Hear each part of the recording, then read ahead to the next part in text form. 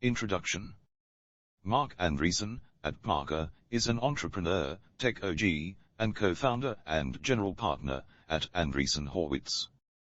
Marc Andreessen joins JRE to discuss whether or not a computer can be sentient, why human societies are just watered-down cults, the current state of technology, and much more. Key books mentioned: The Friendly Orange Glow, The Untold Story of the Plato System and the Dawn of Cyberculture by Brian Deere. Tells the early 1960s story of the Plato System, the first generalized computer-assisted instruction system. The Ancient City, a study on the religion, laws, and institutions of Greece and Rome by Numa Dennis Fustel de Coulanges. All human societies are watered-down versions of the original cults. Describes how the original form of civilization was a fascist communist cult. The Tech OG. I'm an OG now. But when I first started, I thought I had missed the whole thing. Marc Andreessen thought he had missed the boat on the personal computer, where innovations started as early as the 1950s. The founder of IBM once said there's no need for more than 5 computers in the world. Everything seems obvious in retrospect. Marc Andreessen. Marc Andreessen early life. I started coding before I had a computer. I'm like the perfect Gen X age. Marc Andreessen. Marc's first computer had 4 KB of storage space, which used a cassette player as its storage system.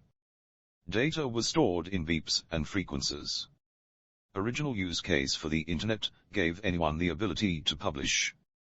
Ability to consume anything you want without centralized gatekeepers. Skeptics said these crazy kids are at it again. Marc founded Mosaic, the internet browser that began in 1992, first browser that was usable by the masses, and had integrated graphics, rather than text only. Marc's next iteration was Netscape, which enabled encrypted e-commerce. Current state of technology. Most people are still only an internet consumer, not an internet creator. Metcalfe's law, a network's impact is the square of the number of nodes in the network. We are still at the beginning of this growth curve. The more users contribute, the more powerful the network grows. Internet subcultures, like Reddit forums, are one of the most amazing aspects of the internet, in Marc's opinion. Here, you transition from consumer to creator. The internet is going to get wired into everything. Marc Andreessen. We're at weird halfway point in the transition to the internet. Many legacy technologies still linger, like print newspapers, radio, broadcast cable, etc. Artificial intelligence and crypto /blockchain /Web3 are the next big tech phenomenons.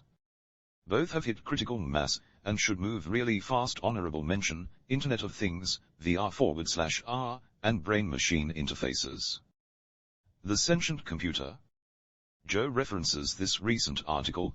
The Google engineer who sees companies' AI as sentient thinks a chatbot has a soul. Marc refutes: it's not alive. It's not conscious. It's not having original ideas. It's just playing back the things it thinks you want to hear. These AI chatbots take the data of all things said on the internet and formulates a accurate answer. The Turing test, when a machine can convince a person that it is a person.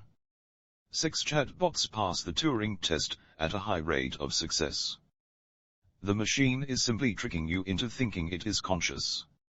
A computer has no bias as to whether it's alive or not. Ask it to prove it is alive, it will. Ask it to prove it is not alive, it will. Maybe that's the ruse. Maybe that's how they keep you from turning them off before they do become sentient. Joe Rogan. AI is not about recreating the human brain. It's about training computers on how to understand process and how to reflect on the real world. A machine that does something really well is a tool, not a replacement. Tools generally make life better. Mind-body dualism: there is an essential and connected relationship between mind and matter. We don't have the slightest idea on how to build that. We don't even understand how we work. That's why I'm not worried about these things coming alive. Marc Andreessen. If we could answer all of these questions about machines, we could finally answer all the questions about ourselves, which is probably what we are groping towards. Marc Andreessen. Technology versus humanity. Would you get the good of humanity without the bad in humanity? It's all and only through our eyes. We are the only thing that matters, because the universe doesn't really care, so we get the privilege and burden of being the ones who have to define the standards. The project of human civilization is figuring out how to do that. Marc Andreessen. All new technology has pros and cons. It's very hard to make a tool that is purely good. Example, a hammer is a great tool, but it's also a weapon. Religion and cults as operating systems. Religion is an operating system for encoding ethical and moral judgments. Nietzsche would say that we're always inventing new religions. Marc Andreessen. Creating values/cultures from scratch is much harder than in a religious environment where you're trying to live up to the high standards of God. Do we value emotion? Achievement? Economics? Heterodoxical thinking? Population growth? Culture is a very complicated equation. Would you really want to live in a world with no structure? Hallmark of any religion, professing your belief, that is crazy to outsiders, in order to be included in the group. Morality binds and blinds. Marc Andreessen quoting Jonathan Haidt. Successful religion equals group cohesion.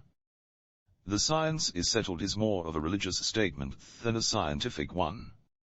Any scientific statement must be falsifiable and welcomes debate. When you make this remark on topics like COVID or climate change, you get the emotional consequences of a religion.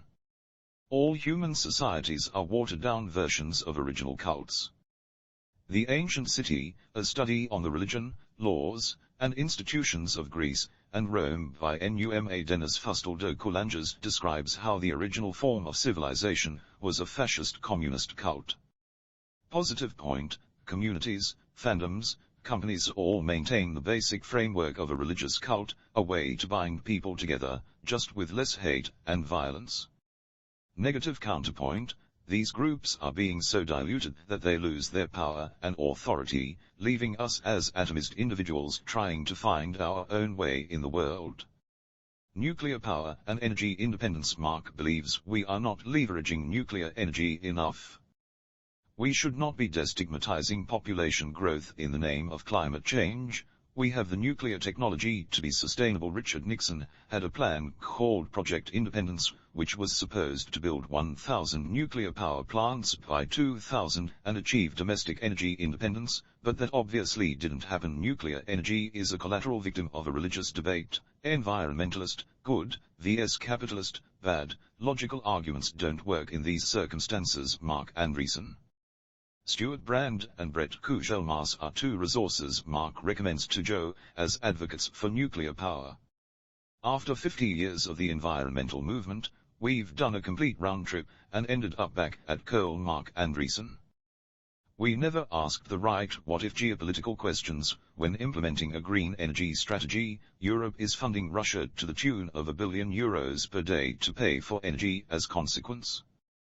We don't actually care about minimizing human death in the energy equation. 5 million deaths per year in the developing world are directly attributed to burning a fireplace in the home. Civilian deaths from nuclear power is close to zero. We've never run out of a natural resource in human history. The price rises to an unsustainable level well before the resource runs out. For example, we won't run out of lithium for electric cars, but we may not be able to produce them at an economically viable rate. The modern workplace. It was a beautiful miracle that companies didn't fall apart during COVID. Remote work. Many new startups are now building a remote work environment from the start. Marc's startups use off-site retreats to develop in-person relationships. The companies that are most politicized are generally the most monopolized. Marc Andreessen. For example, Google has the free cash flow to allow activism and politics.